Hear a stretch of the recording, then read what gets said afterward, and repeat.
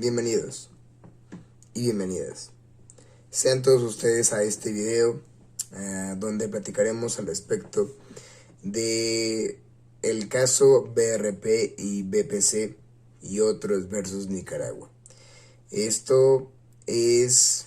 una sentencia que se emitió apenas el 8 de marzo de 2018, pero que justamente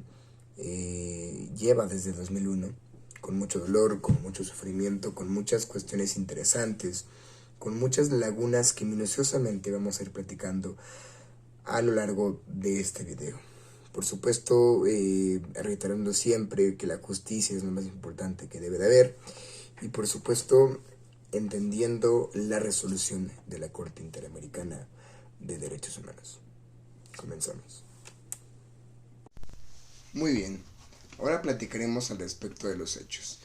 Esto es una de las cuestiones más importantes porque al respecto de los hechos es de donde vienen todas esas opciones, donde podemos entender cómo fue que escaló y que llegó en algún momento a la Corte Interamericana de Derechos Humanos. Muy bien, entendemos que los hechos comenzaron en el lejano 16 de octubre del 2001. Eso es lo que tenemos como datos preliminares. La señora BPC, una de las víctimas, llevó a su hija de 9 años de edad a una consulta médica privada. El médico hizo un chequeo rápido y la atendió, y luego de examinar a la víctima, en ese entonces a su hija de la señora BRP, se dio cuenta de que tenía algunas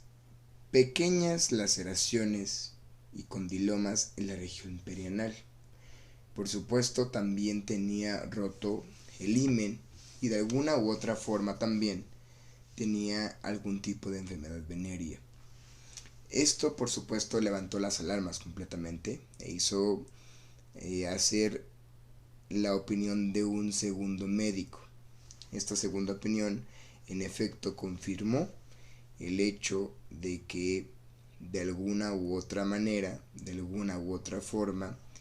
había sufrido de abuso sexual. Entonces, la niña llega con un malestar en la sección perianal, en la sección medial del coxis, le hacen los estudios, se sabe que hay algún tipo de lesiones, esto presenta un origen, por supuesto, de abuso sexual, y entonces aquí es cuando inicia verdaderamente el proceso, cuando inicia esa alarma, cuando inicia esa aseveración, cuando inicia esa cuestión, y al final de cuentas inicia el proceso, ya que justamente en virtud de estos hallazgos empieza algo muy interesante. La segunda parte de esta historia, y esta es la parte en la cual se cuenta conforme a la justicia, entre comillas, porque justicia nos dio, en virtud de estos hallazgos y del relato efectuado por la niña, en cuanto a que su padre había sido el autor intelectual y material de los hechos de abuso, con la confesión de la niña y las pruebas médicas, se llegó a una serie de procesos los cuales hicieron pensar de una forma u otra que la niña sí había sido abusada de una u otra forma sexualmente. Y aquí puntualmente dejamos esta aseveración para pasar a la siguiente cuestión y los procesos internos que fueron dentro de estos días en los cuales se percatan de toda la situación. Bien, entonces en estos procesos se le pide al acusado que dé algunas pruebas médicas para saber si también presentaba la misma enfermedad, el mismo cuadro de enfermedad venérea que presentaba la niña en la sección que ya platicamos. Desafortunadamente, lo digo así porque bueno, no se comprueba al 100% si también hubo algún tipo de contacto, porque no presentaba la enfermedad del papiloma y no presentaba la enfermedad venérea que tenía la niña. Entonces, de esta forma, el 30 de mayo del 2001, entendemos que esto empezó en octubre, se detiene al acusado, evidentemente se detiene al acusado y justamente el 23 de noviembre del 2001 se realizó las excepciones preliminares al respecto del caso que el Estado presentó en su escrito de constatación cuando ya se llevó a esta corte interamericana. Fue la alegada falta de agotamiento de los recursos internos, la alegada falta de competencia de la Comisión y de la Corte Interamericana, la alegada falta de competencia de la Corte en relación con la presunta violación de los artículos de la Convención sobre los Derechos del Niño. Dichas excepciones fueron desestimadas por la Corte Interamericana, obviamente, ¿no? Esa es la forma en la cual el Estado se quiso defender, diciendo que todo esto, y bueno, no hizo mucho caso el organismo internacional, ¿no? Y bueno, justamente en este caso la Corte centró su análisis sobre la cuestión de las investigaciones y el proceso penal iniciados a nivel interno por el Estado. Prácticamente ellos monitorearon que todo hubiese estado bien, vieron cómo estuvo todo el asunto, si lo hicieron bien, si lo hicieron mal, si actuaron como deberían, y por supuesto, claro que no es así, ¿no? Debido a la denuncia por violación sexual interpuesta por la madre, y que fue lo que debieron haber hecho, ¿no? Que si cumplieron con el deber de debida diligencia reforzada y que no revictimización en investigaciones y procesos penales por violencia sexual y en perjuicio de una niña, ¿no? Que nada fuera el malo de la niña. Asimismo, analizó si Nicaragua actuó con perspectiva de género y niñez y adoptó las medidas de protección especial requeridas para garantizar los derechos de BRP, los derechos de la niña, del niño, la niña y el adolescente, ¿no? En el desarrollo de la investigación y proceso penal por los hechos de este caso, luego la Corte examinó lo relativo a la aplicabilidad de las exigencias del debido proceso al modelo de juicio por jurados vigente en Nicaragua al momento de los hechos, si realmente ellos mismos cumplieron con la justicia como debería de haberse dado justamente en Nicaragua en aquel momento, en aquel lejano 2001. Entonces, justamente la Corte Interamericana señaló muchas cosas. En particular, la Corte consideró que sin perjuicio de los estándares establecidos en casos de violencia y violación sexual contra mujeres adultas, los estados deben adoptar el artículo 19 de la Convención, justamente las medidas particularizadas y especiales en casos donde la víctima es una niña, niño o adolescente, sobre todo ante la ocurrencia de un acto de violencia sexual y aún más en casos de violación sexual. En consecuencia, en el marco presente, debieron de haber actuado de una forma ética, cumpliendo los principios de la Corte y del mismo Estado, justamente cumpliendo el debido proceso. Sin embargo, no fue así, y por supuesto hubo varias sanciones a la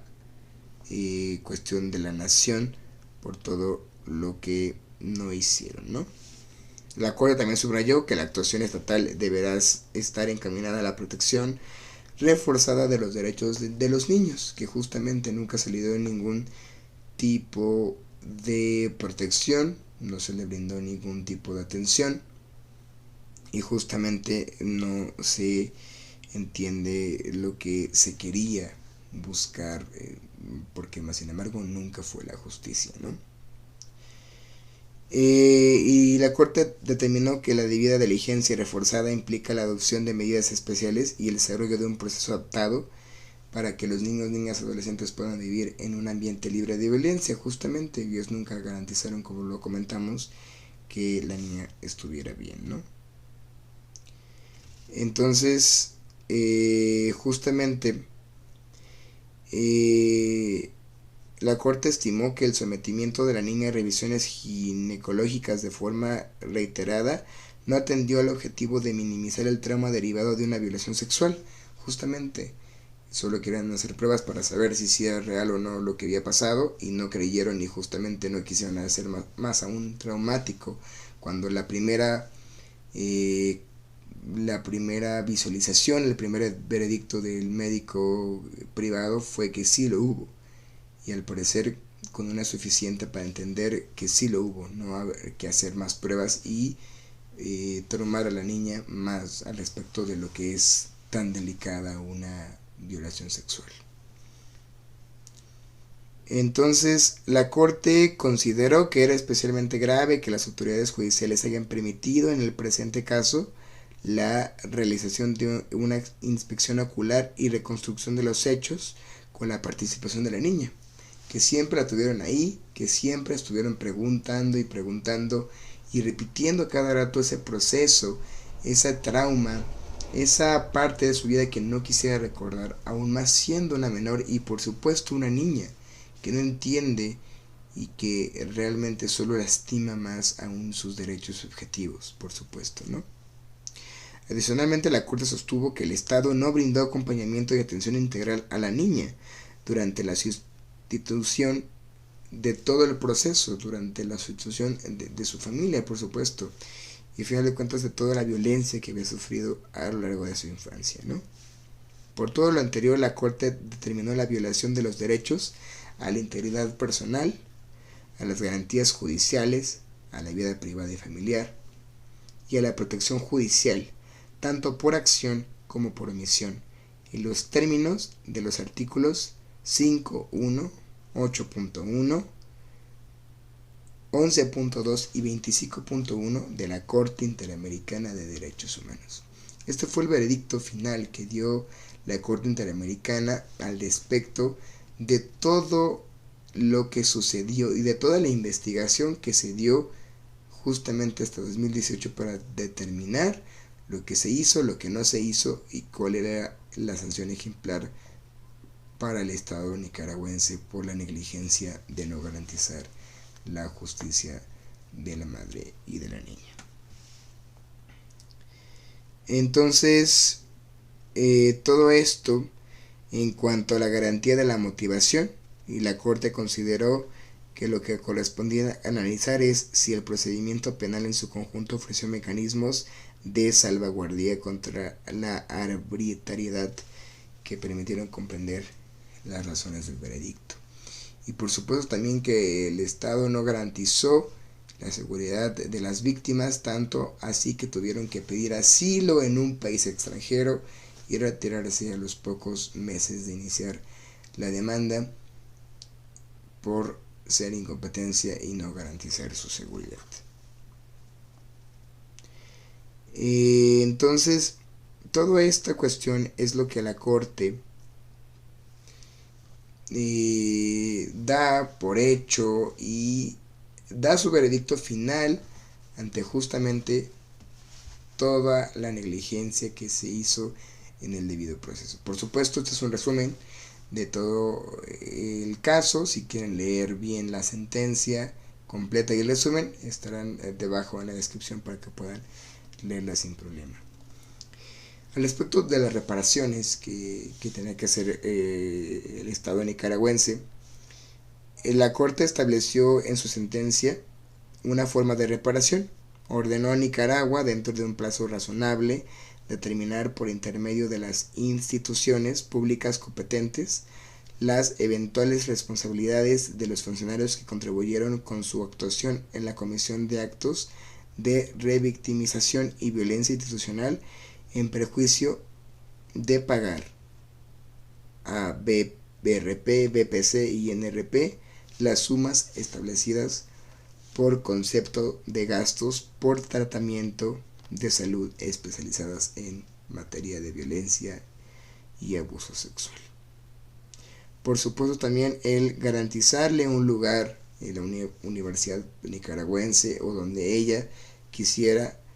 durante toda la vida por todo lo que sucedió y porque no pudo formarse bien por los traumas y por haber salido de su país a temprana edad. Adoptar, implementar, supervisar y fiscalizar de forma apropiada 3 protocolos estandarizados sobre las materias de investigación y actuación durante el proceso penal para casos de niñas, niños y adolescentes víctimas de violencia sexual. Por supuesto, también otro protocolo de atención integral para niñas y niños y adolescentes víctimas también del mismo delito, y crear, implementar una figura especializada que brinde asistencia jurídica gratuita a los niños, niñas y adolescentes que desafortunadamente también sufrieron o sufren de algún tipo de abuso sexual. La Corte supervisará el cumplimiento íntegro de la sentencia en ejercicio de sus atribuciones y en cumplimiento de sus deberes conforme a la Convención Americana sobre Derechos Humanos, y dará por concluido el presente caso una vez que haya dado cabal cumplimiento a lo dispuesto en la misma. Entonces, aún se siguió, por supuesto, verificando que el Estado hiciera lo que debía. Los derechos subjetivos que le vulneraron el derecho a la justicia, el derecho a un debido proceso digno, el derecho a respetar los acuerdos de los niños, niñas y adolescentes, por supuesto, el no tratar de hacer más traumante lo que es un abuso sexual, y todo este derecho a la justicia que desafortunadamente se negó, pero que con algún tipo de prima económica se puede remunerar, además de también la investigación al respecto del caso, al imputado tratar de volver a hacer el caso, a los jueces investigarlos, y todo esto justamente en el marco de los derechos humanos de la Corte Interamericana. Este caso es demasiado interesante, muy interesante, porque da cuenta que puede pasar mucho tiempo, casi como lo comentamos, 18 años, para que pueda haber alguna reparación, para que pueda haber algo tangible de lo que puede llamarse algún tipo de remuneración de justicia que no se hizo en el debido momento. Entonces platicamos al respecto de la sentencia, platicamos al respecto ya de los hechos, de las excepciones preliminares, de lo que la Corte hizo, de su investigación de los derechos subjetivos, y de las defensas, y de lo que se hizo y de lo que denunció a la madre de la víctima, y por supuesto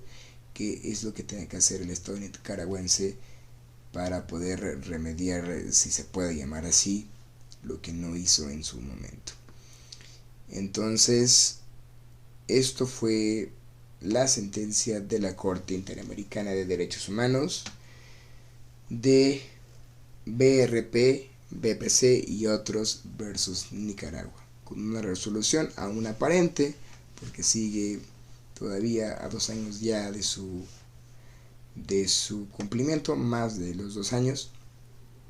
de su salida,